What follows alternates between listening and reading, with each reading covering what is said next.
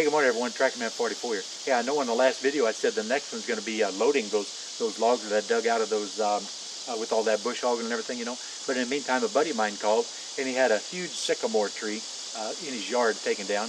Actually, it was back, you know, in the woods, right at the edge of the woods, next to some buildings and everything, you know, and his son's house. And so he had that taken down, so it's laying there like right on the edge of a little dried up creek bed.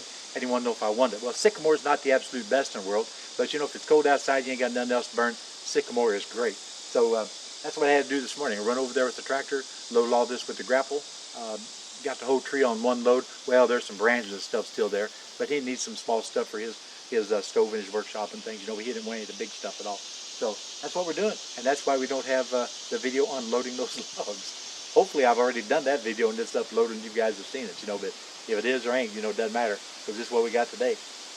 Again, now this PJ trailer, they claim anything you put in the bed, it's going to dump. So it's not failed me so far.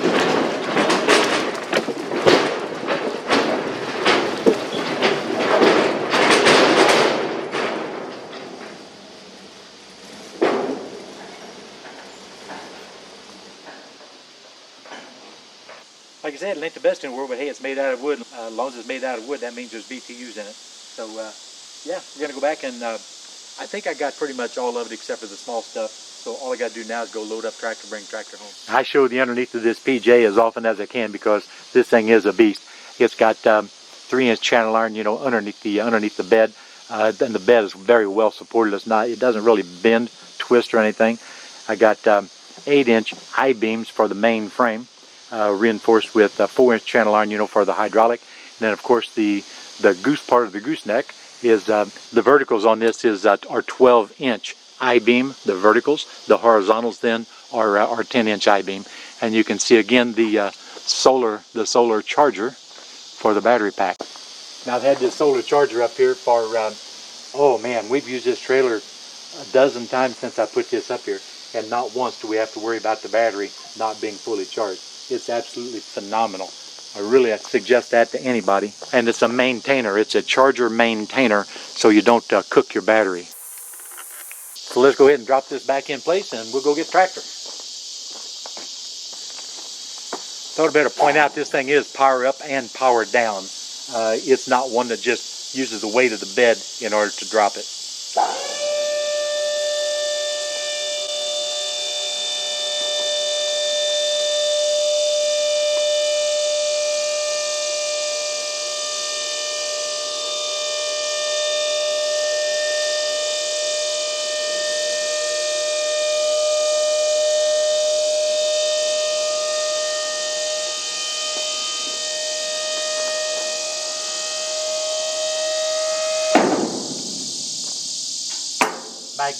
Magnetic mounts on the controller too. You can just set it, go do some stuff, come right back, grab it, and do your thing.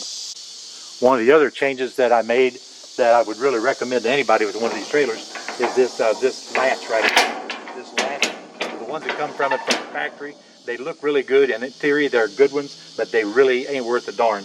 They hold the trailer out at way too wide of an angle, which really inhibits or restricts your area whenever you're dumping. And this here is just so much better. And I even put it at a different place than what they recommend. They recommend it out here.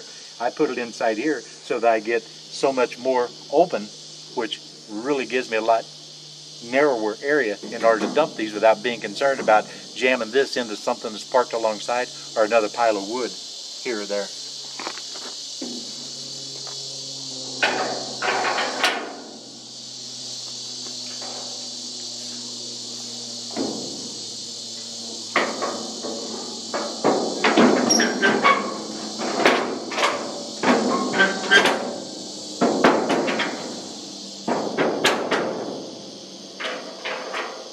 And another change I made that I pointed out whenever I did the video on these, instead of just putting the hooks right out here and then welding them to this thin gauge material that makes up the, well, it's a good heavy gauge. I forgot what it is.